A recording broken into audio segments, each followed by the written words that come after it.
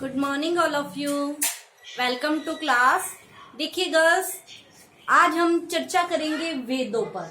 देखिए, वैसे तो हम वैदिक साहित्य के बारे में चर्चा कर चुके हैं। आज हम वैदिक साहित्य में से एक छोटा सा पार्ट उठा रहे हैं, वेद। ठीक है, ये जो वेद है जहाँ से हमें वैदिक सभ्यता के बारे में जानकारी मिलती है, उसका जो आधार है वो वेद ही है। तो इन वेदों पे परीक्षा में कई बार छोटे छोटे महत्वपूर्ण क्वेश्चन भी पूछे जाते हैं। तो आज हम इन्हीं वेदों पर चर्चा करेंगे। तो आइए जानते हैं वेदों के बारे में। देखिए, अगर हम वेदों की बात करते हैं तो जो भारतीय इतिहास को जानने के ब्राह्मण धर्म ग्रंथ हैं, उन ब्राह्मण साहित्य में वेदों का महत्वपूर्ण स्थान है। ठीक है, या फिर हम कह सकते हैं कि विश्व के प्राचीन इतिहास में इन वेदों का विशेष महत्व है।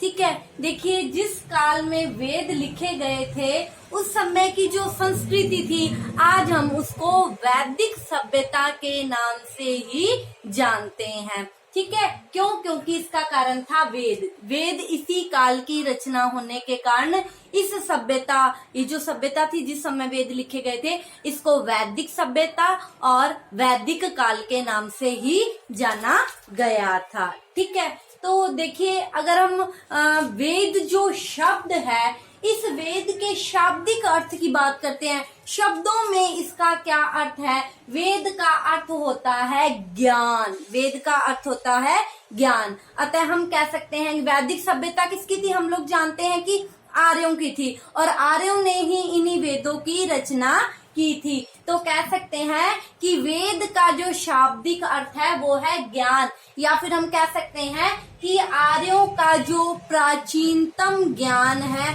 वो इन्हीं ही वेदों में संरक्षित है। ठीक है, आर्यों का प्राचीनतम ज्ञान इन्हीं वेदों में संकलित है या संरक्षित है। ठीक है, तो देखिए, ये जो वेद है ये किसी एक काल, एक जाति या किसी एक समय की रचना नहीं है। ठीक है, एक काल, एक जाति, एक समय से ये लोग संबंध रखते हैं, ना ही एक देश से वे संबंध रखते हैं। इसीलिए वेदों को क्या कहा गया है? वेदों को सार्वभौम, अनंत, अपरुष्य, शाश्वत और देवी कहा गया है। ठीक है, अब देखिए, बात करते हैं अगर हम वेदों की, तो ये वेद कितने हैं? ये वेद संख्या में 4 हैं। ये वेद संख्या में 4 है। कौन कौन से वेद हैं? कई बार पेपर में क्वेश्चन आ जाता है कि वेद का शाब्दिक अर्थ क्या है। वेदों का शाब्दिक अर्थ होता है ज्ञान, अर्थात वह ज्ञान जो आर्यों का प्राचीनतम ज्ञान था, वो जिसमें संकलित किया गया है, लिखा गया है, उसे ही क्या कहा गया है? वेद कहा गया है। और कई बार पेपर में क्वेश्चन पूछ लिया जाता है वेद कितने हैं, तो वेद संख्या में 4 है। ऋग्वेद, पहला वेद है ऋग्वेद, दूसरा सामवेद, तीसरा यजुर्वेद और चौथा अथर्ववेद। ये 4 महत्वपूर्ण वेद माने गए हैं। तो ठीक है, आइए हम बात करते हैं सबसे पहले ऋग्वेद की। देखिए, ऋग्वेद क्या है? चारों वेदों में सबसे प्राचीनतम और सबसे जो लंबा वेद है वो ऋग्वेद ही है।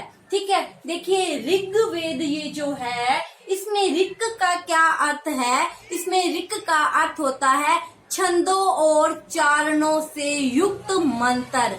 ठीक है, अर्थात हम ये भी कह सकते हैं ऐसा ज्ञान जो ऋचाओं में बंद हो, उसे ऋग्वेद कहा गया है।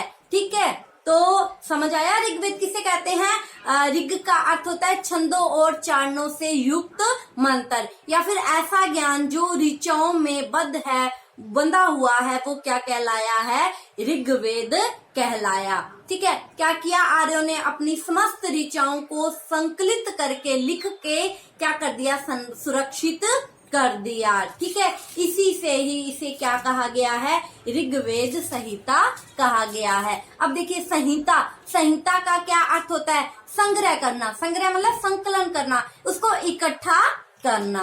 ठीक है, तो ऋग्वेद में टोटल कितने मंडल है? हम जानते हैं ऋग्वेद में 10 मंडल है और 1028 सूक्त है। सूक्त मतलब उक्ति, उक्ति मतलब अच्छी बात। ऋग्वेद में 10 मंडल और 1028 सूक्त हैं। ठीक है, अब हम बात करते हैं दूसरे महत्वपूर्ण वेद सामवेद की। देखिए, सामवेद में साम का क्या अर्थ होता है? साम का अर्थ होता है गान। साम का क्या अर्थ होता है?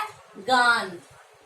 ठीक है, साम का अर्थ क्या होता है? गान। देखिए, सामवेद में जो मंत्र मिलते हैं, इन मंत्रों को यज्ञों में जब देवताओं की स्तुति की जाती थी, तब इन मंत्रों को क्या किया जाता था? गाया जाता था। ठीक है, और सामवेद को ही भारतीय संगीत का जनक कहा गया है। ठीक है, भारतीय संगीत का जन्मदाता कौन है? सामवेद है। साम का अर्थ क्या होता है? गान। अर्थात सामवेद में ऐसे मंत्रों का हमें संकलन या संग्रहण मिलता है जो यज्ञों में देवताओं की स्तुति हेतु गाए जाते थे।